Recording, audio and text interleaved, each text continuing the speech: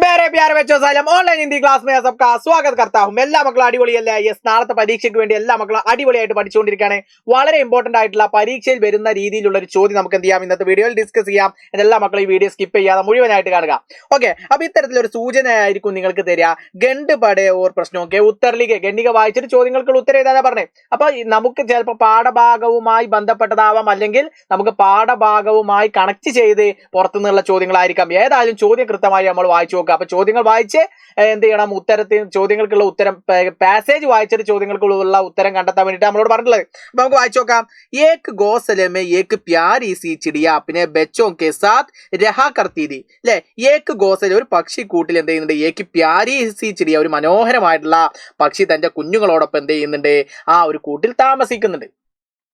വേ sub സാത്ത് മേം ഹമേശായി ഖുശ് രഹ്തേ ഥേ അവർ ഒരുമിച്ച് താമസിക്കുന്നത് എന്നെങ്ങനെയാണ് അവരെല്ലാവരും കൂടി ഒരുമിച്ച് സന്തോഷത്തോടു കൂടിയാണ് ഖുശ് രഹ്തിയെ വളരെ സന്തോഷത്തോടു കൂടിയാണ് അവർ താമസിക്കുന്നത് ഇനി പറയുന്നുണ്ട് മമ്മി ചിടിയ അപ്നെ ബച്ചോं को खाना पानी खोजना സിഖാത്തി ഹേ അല്ലേ അതായത് അമ്മ പക്ഷി തന്റെ മക്കളെ ഭക്ഷണം വെള്ളമൊക്കെ കണ്ടെത്താൻ വേണ്ടിയിട്ട് എന്ത് ചെയ്യുന്നുണ്ട് പഠിപ്പിക്കുന്നു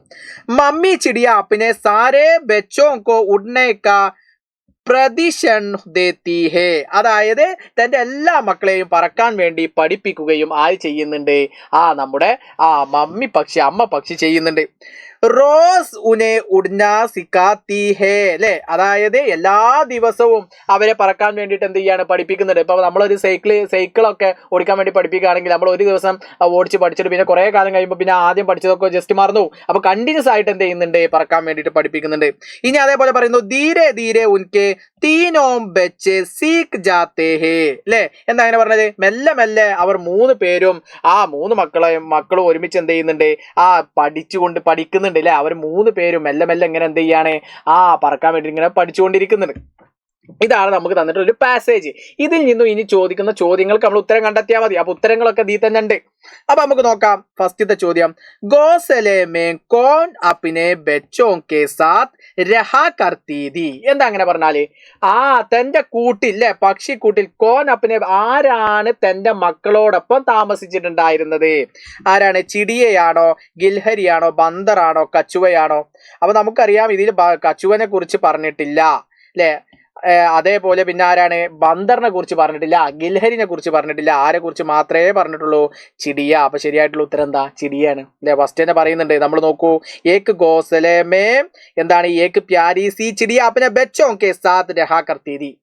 സിമ്പിൾ ആയിട്ട് മനസ്സിലായില്ല അർത്ഥം അറിഞ്ഞില്ലെങ്കിൽ പോലും നമുക്ക് എന്ത് ചെയ്യാൻ പറ്റും ഉത്തരം കണ്ടെത്താൻ പറ്റും ഇനി അടുത്ത ചോദ്യം നോക്കി ബച്ചോं को उड़ने का प्रदिशन कौन देती है അല്ലെ ആരാണ് ഗിൽഹരിയാണോ മമ്മി ചിടിയാണോ തോത്തയാണോ മോറാണോ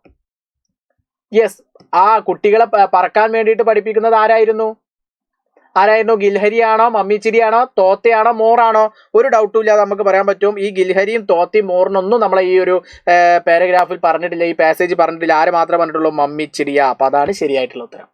പിന്നെ അടുത്തത് നോക്കി ചിടിയ അപ്നെ ബച്ചോं के साथ കഹാം രഹ്തി थी ചിടിയ തന്റെ കുഞ്ഞുങ്ങളോടൊപ്പം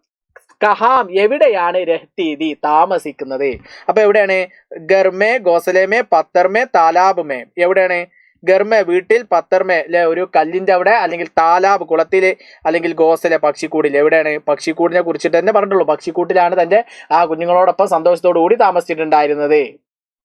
ഓക്കെ ഇനി നോക്കി ഈസ് ഗദ്യാംശ് അല്ലെ എന്താ പറഞ്ഞത് ഈസ് ഗദ്യാംശ് ക ഉചിത് ശീർഷർ ലിഖേ ഈ ഒരു ഗണ്ണികക്ക് അനുയോജ്യമായ ഒരു ശീർഷകം കൊടുക്കാം ഒരു ഹെഡിങ് കൊടുക്കാം നമ്മളോട് പറഞ്ഞു അപ്പൊ നമുക്ക് ഏറ്റവും സിമ്പിൾ ആയിട്ട് നമുക്കൊരു ഹെഡിങ് കൊടുക്കാൻ വേണ്ടിയിട്ട് നമ്മളോട് പറഞ്ഞു കഴിഞ്ഞാൽ നമുക്ക് ഏത് കൊടുക്കാം യെസ് നമുക്ക് ഇങ്ങനെ കൊടുക്കാം പ്യാരി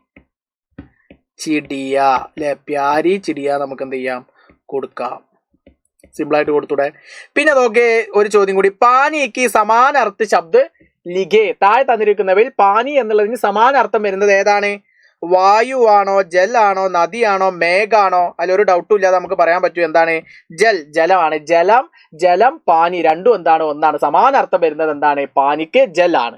ഓക്കെ, ഇത്തരത്തിൽ നമ്മൾ കണക്ട് ചെയ്ത് നമ്മൾ എഴുതിയാൽ നമുക്ക് സിമ്പിൾ ആയിട്ട് 5 മാർക്ക് കിട്ടും. എന്റെ മക്കൾ മനസ്സിലാക്കേണ്ടത് ഈ ഉത്തരങ്ങളൊക്കെ നമ്മൾ എവിടുന്ന് അടുത്ത് എഴുതിയത് ഇതിൽ നിന്നാണ്. ഇതേപോലെ നമുക്ക് എന്തുണ്ടാകും, ഗദ്യാംശം തന്നിട്ട് നമുക്ക് അതിൽ നിന്നും ഉത്തരങ്ങൾ കണ്ടെത്താണ്ടാവും. അപ്പൊ ഇത് കാണുമ്പോൾ പ്രയാസം തോന്നും, പക്ഷെ ഇത് വായിച്ച് സിമ്പിൾ ആയിട്ട് നമുക്ക് ഇത്തരത്തിൽ എന്ത് ചെയ്യാൻ പറ്റണം, ഐഡന്റിഫൈ ചെയ്യാൻ വേണ്ടിയിട്ട് പറ്റണം. എന്റെ മക്കൾക്ക് സിമ്പിൾ ആയിട്ട് പറ്റുമെന്നാണ് ഞാൻ സാറിന് അറിയാം. അപ്പൊ ഓക്കെ ആണോ? അപ്പൊ എല്ലാ മക്കളും നല്ല അടിപൊളിയായിട്ട് എന്ത് ചെയ്യുക, എക്സാം എഴുതുക. Wish you all the very best. അടിപൊളിയാക്കുക നിങ്ങളുടെ പരീക്ഷയൊക്കെ നല്ല രീതിയിൽ നമുക്ക് സെറ്റ് ആക്കണം. അപ്പൊ നമ്മുടെ മാരത്തോൺ ഇന്ന് രാത്രി 7 മണിക്കാണ്. എല്ലാവരും നമ്മുടെ മാരത്തോണിലൊക്കെ ജോയിൻ ചെയ്യുക. നമുക്ക് നല്ല അടിപൊളിയായിട്ട് സെറ്റ് ആയിട്ട് പഠിക്കാം. അഗला वीडियो में आना सर फिर मिलेगा. सबका बहुत बहुत शुक्रिया. Bye bye.